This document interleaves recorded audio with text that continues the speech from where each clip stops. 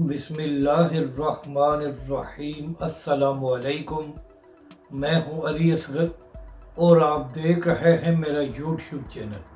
حکومت کی غنڈہ گردی، کارکنوں اور رہنماؤں کی گرفتاریاں اور حافظ سعد رضوی کا اہم خطاب اور کارکن تیار، اس ویڈیو میں ہم اسی کے متعلق بات کریں گے۔ ناظرین اکرام، سپریم کورٹ سے جو مبارک ثانی کیس کا فیصلہ دیا گیا ہے تو اس کے خلاف 28 جولائی کو تحریک لبیک پاکستان نے پورے ملک میں پرامن پروٹیسٹ کیا تھا، اور وہیں پر حافظ سعد رضوی نے حکومت سے مطالبہ کیا تھا کہ چیف جسٹس کے خلاف ریفرنس دائر کیا جائے، کیونکہ سپریم کورٹ کی جانب سے غیر آئینی اور غیر شرعی فیصلہ دیا گیا ہے۔ اس کے ساتھ ساتھ تحریک لبیک کے امیر نے یہ بھی مطالبہ کیا تھا کہ اس فیصلے کو فوری طور پر واپس لیا جائے۔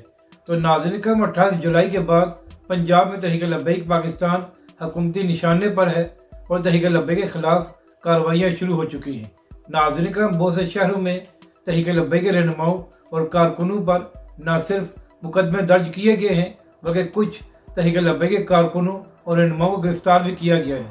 تو اسی حوالے سے تحریک لبیک کے ذرائع یہ بھی دعویٰ کر رہے ہیں کہ تحریک لبیک پاکستان کے ایک رہنما کے 9 سالہ بچے کو بھی پولیس اٹھا کر لے گئی ہے، جبکہ دوسری جانب ناظرین کرام، ایک دن پہلے تحریک لبیک پاکستان کے اراکین شورا نے راولپنڈی میں ایک پریس کانفرنس کی تھی۔ تو ناظرین کرام، جن تحریک لبیک کے قائدین نے پریس کانفرنس کی تھی ان کے خلاف بھی دہشت گردی کا مقدمہ درج ہو گیا ہے۔ تو آپ یہاں سے اندازہ لگا لیں کہ پنجاب میں تحریک لبیک پاکستان کے ساتھ کیا سلوک کیا جا رہا ہے اور کس طرح تحریک لبیک کے کارکنوں اور رہنماؤں کو تنگ کیا جا رہا ہے۔ یہی وجہ ہے کہ سوشل میڈیا پر تحریک لبیک کے کارکن اس کے خلاف آواز بلند کر رہے ہیں اور حکومتی اقدامات کی مذمت بھی کی جا رہی ہے۔ تو ناظرین کرام، آج جمعے کا دن ہے اور تحریک لبیک کے امیر حافظ سعد رضوی نے خطاب بھی کرنا ہے۔